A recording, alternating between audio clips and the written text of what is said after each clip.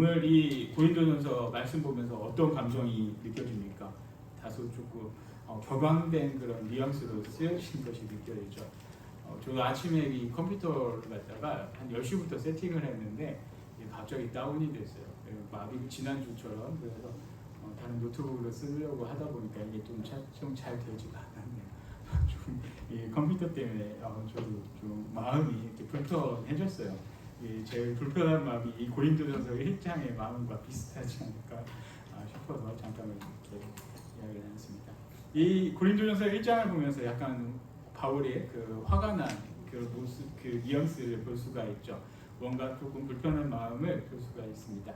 이 불편한 마음과 왜 그렇게 됐는지 말씀을 보면서 같이 오늘 이 말씀을 묵상하는 귀한 시간 되기를 바랍니다. 우리나라의 그 최초의 남성 패셔니스트 하면 생각나는 사람이 누가 있을까요? 이제 소천한 지는 조금 됐지만 대표적인 분으로서 이제 앙드레 김이 있습니다. 한때는 방송에도 많이 나오고 잘 알려졌죠. 그런데 이 앙드레 김은 비혼주의자였습니다. 결혼을 하지 않았던 사람이었는데 그에게는 아들이 한 명 있었죠. 나중에 이 아들을 입양을 했다라고 합니다. 비혼주의자였지만 입양을 해서 이 앙드레 김에게는 아들이 한 명 있었습니다. 그리고 이 앙드레 김이 이제 소천하고 나서 그 앙드레 김이 갖고 있던 사업체를 누가 받았을까 이렇게 한번 찾아봤는데 그의 그 양자였던 아들이 앙드레 김 아뜰리에라는 그 회사의 대표가 돼 있었죠. 그래서 그 회사를 이렇게 운영을 하는 사람이 그의 양 아들이 오늘날 대표가 되어 있습니다. 그런데 우리가 요새 제가 이렇게 사람들을 만나면서 한 가지 좀 생각이 드는 게 이렇게 입양을 보내고 보육원을 간다라고 하면은 어떤 아이들이 입양을 가고 보육원을 갈까 그렇게 한번 또 생각이 들었습니다. 보통 우리 같은 사람들, 보통 평범한 사람들이라면 자녀들을 사랑하는 귀한 아들, 딸들을 낳고 입양을 보내는 경우가 그렇게 많지 않습니다. 이렇게 입양을 보내고 보육원을 보낸다는 것은 정말 특별한 사정이 있기 때문에 이렇게 보낼 수밖에 없다라는 거죠. 그처럼 이 앙드레 김의 그 양아들 같은 경우도 그의 그 어린 시절 그가 어디서 태어나고 어떤 친모가 있는지 알 수는 없지만 그렇게 형편이 좋지는 않았을 거라는 것을 예측을 해볼 수 있습니다. 그리고 그에게는 특별한 사정이 있을 것이다라는 그런 생각을 해볼 수가 있죠. 그런데 오늘날 이 앙드레 김의 그 아들이 어떤 위치에 올라가 있습니까? 전에 과거가 어떤지 그 사람들이 잘 알지는 못하고 관심도 없지만 이 오늘날 현재 이 앙드레 김의 그 양 아들은 그 패션 디자이너, 우리나라 패션 디자인의 최고의 업체 중에 하나인 그 앙드레 김 아뜰리에라는 곳의 그 대표로 되어 있다는 거죠. 이처럼 양아들이 친아들은 아니지만 양아들은 그의 모든 아들과 똑같은 그 권리를 다 주었습니다. 그래서 친아들은 아니지만 이 양아들은 똑같은 권리를 누리며 살아갈 수 있다는 거죠. 우리가 교회에서 그 하나님의 자녀가 될 수 있는 권리를 받은 이유가 무엇입니까? 바로 예수 그리스도를 믿음으로써 예수 그리스도의 십자가의 죽으심과 부활하심을 믿음으로써 우리가 하나님의 자녀가 되고 천국 백성이 될 수가 있다는 거죠. 우리는 그 전에 어떤 존재였습니까? 여러분이 존귀한 자녀입니까? 성경에는 그런 말을 전혀 기록해 놓지 않습니다. 세상 사람들이 그냥 듣기 좋은 말로 하기 위해서 너희들은 복된 사람들이야, 너희들은 귀한 사람이야 라고 이야기를 하는데 그것은 예수 그리스도를 믿고 난 다음에야 그렇게 되는 거지 예수 그리스도를 믿지 않는 그런 상태에서는 복된 자녀, 축복의 자녀가 아니라 저주받은 죽을 수밖에 없는 비참한 존재라는 것을 성경에는 기록을 해놓고 있죠. 그러면 이렇게 비참하고 죽을 수밖에 없는 우리들이 예수님을 믿고 하나님의 자녀, 하나님의 하나님의 자녀로서 하늘에서 누릴 수 있는 권세를 우리도 받고 누릴 수 있는 그 이유가 바로 예수 그리스도 안에 있다는 거죠. 그러면 이 교회에서 하나님을 믿고 예수님을 믿고 이렇게 구원받은 우리가 할 수 있는 가장 최고의 행위가 무엇이 있겠습니까? 바로 주일을 예배하고 하나님을 예배하고 하나님께 영광 올려드리고 하나님을 높이고 나를 낮추는 그런 삶을 살아가는 것이 바로 이 그리스도인의 가장 기본적인 모습이다라는 겁니다. 근데 이 말씀을 우리가 생각하면은 교회에서 분쟁이 일어날 것이 아무것도 없습니다. 하나님, 이 교회가 하나님께서 나를 위해서, 예수님께서 나를 위해 십자가 못 박혀 돌아가셨는데 내가 내세울 것이 무엇이 있겠습니까? 예수님밖에 없다라는 거죠. 서로 예수님을 높이고 남을 나보다 높게 여기는 그런 모임에서 분쟁이 날 이유는 전혀 없다라는 거죠.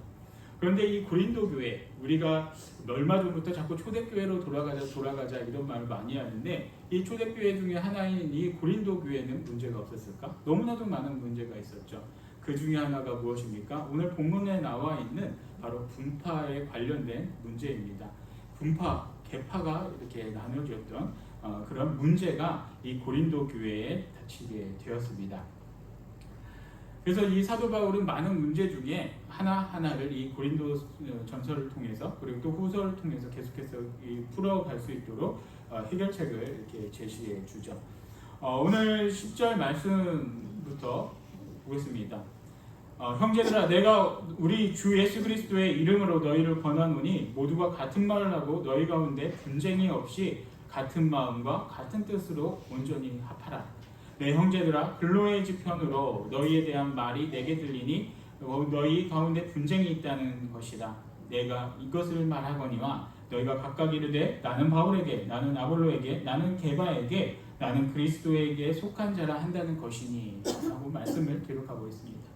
같은 마음과 같은 뜻, 그게 무엇입니까? 예수 그리스도밖에 없다는 거예요.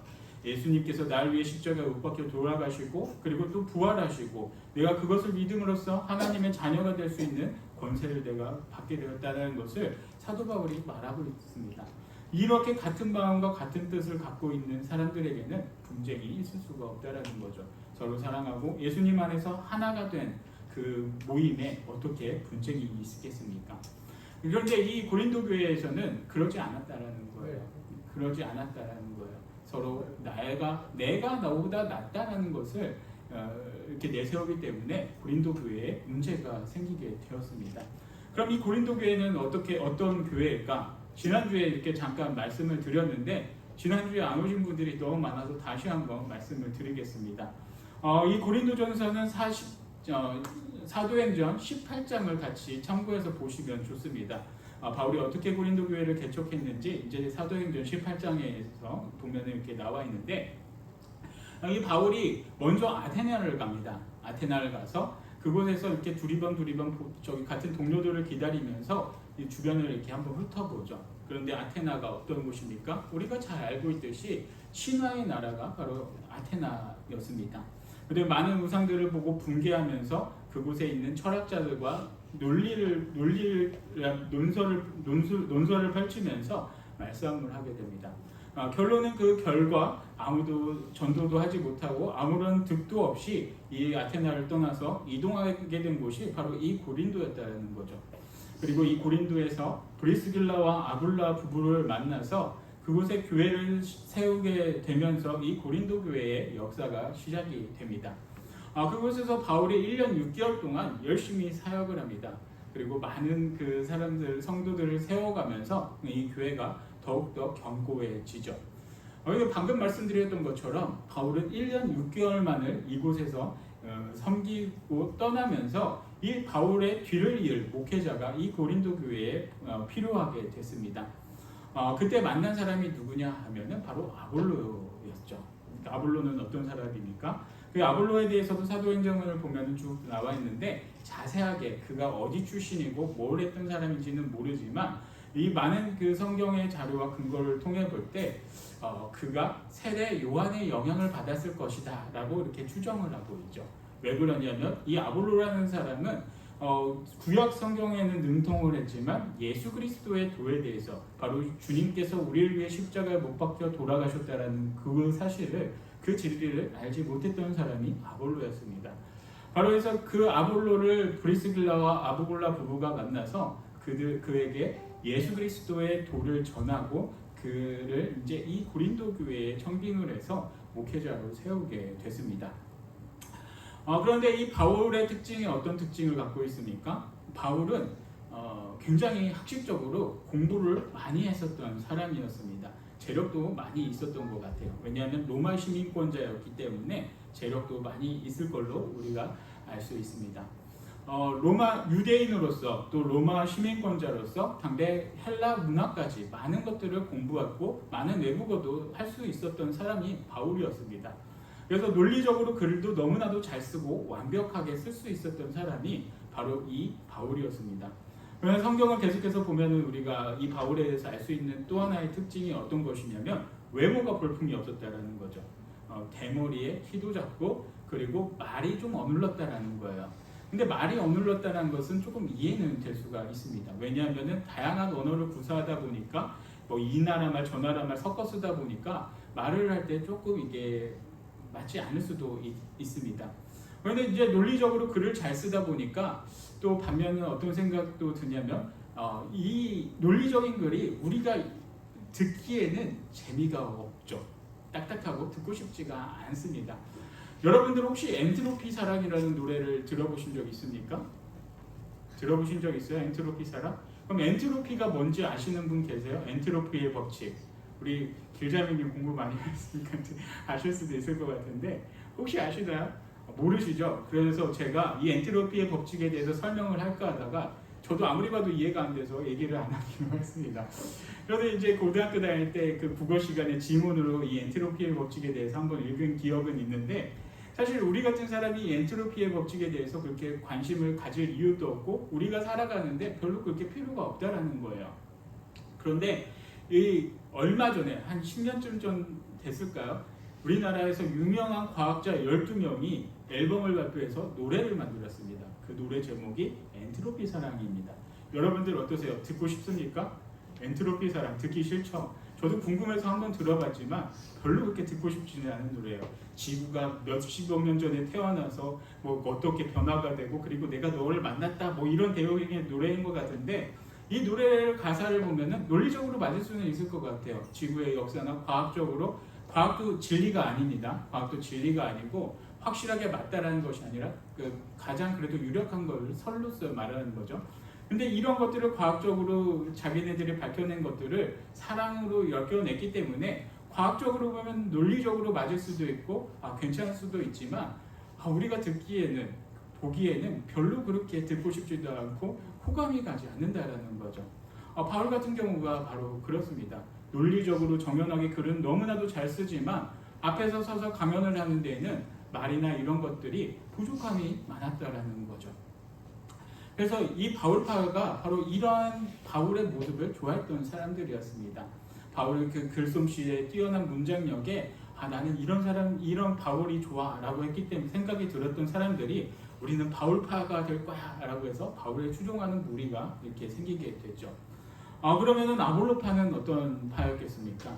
아볼로는 자세하게 이렇게 기록이 되어 있지는 않지만 외모는 상당히 그래도 준수했다라고 해요.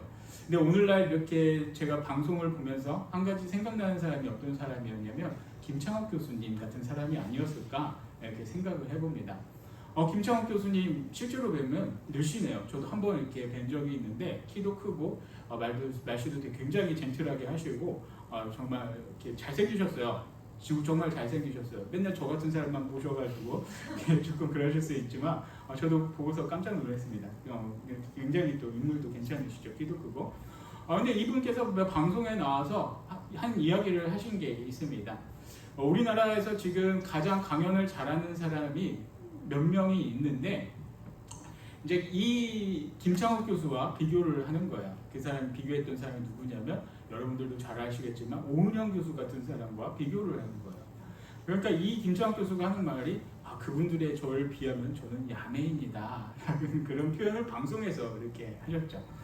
그러니까 이 김창욱 교수는 논리적으로 글을 잘 쓰고 하지는 않습니다.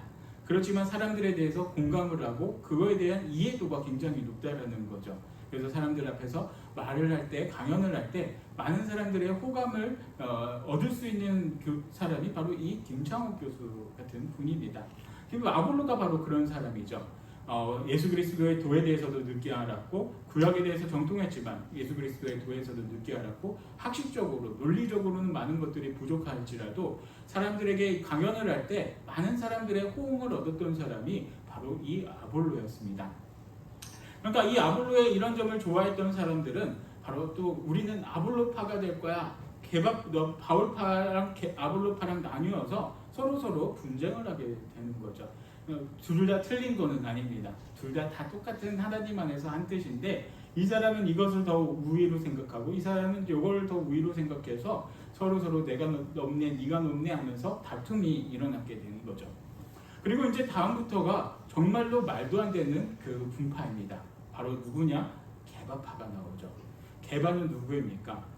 우리가 성경을 통해서 알 수 있는 이 게바는 알고 있듯이 베드로입니다.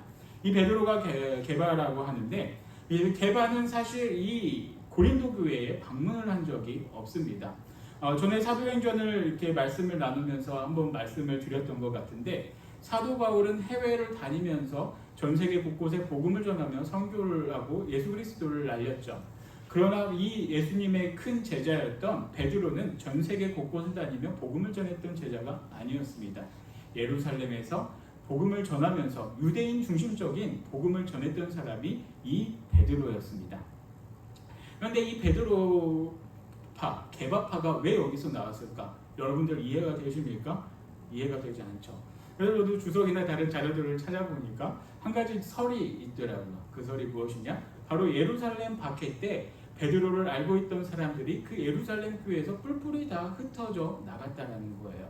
그래서 여기저기 다 흩어지면서 그리고 이 고린도라는 지역의 특성이 어떤 특성이 있냐면 60만이라는 많은 인구가 당대에 모여서 살았었고 항구 도시로서 많은 인구들이 유입이 되었었기 때문에 그때 당시 예루살렘에서 나와서 돌던 사람들 중에 일부가 이 고린도 교회에 왔다라는 거죠.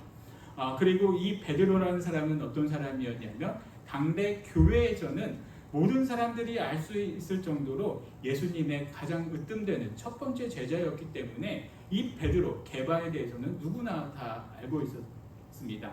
근데 왜 게바파가 나왔을까? 이해가 되지 않습니다. 왜 우리 교회에 오지도 않았던 이 게바가 나왔을까?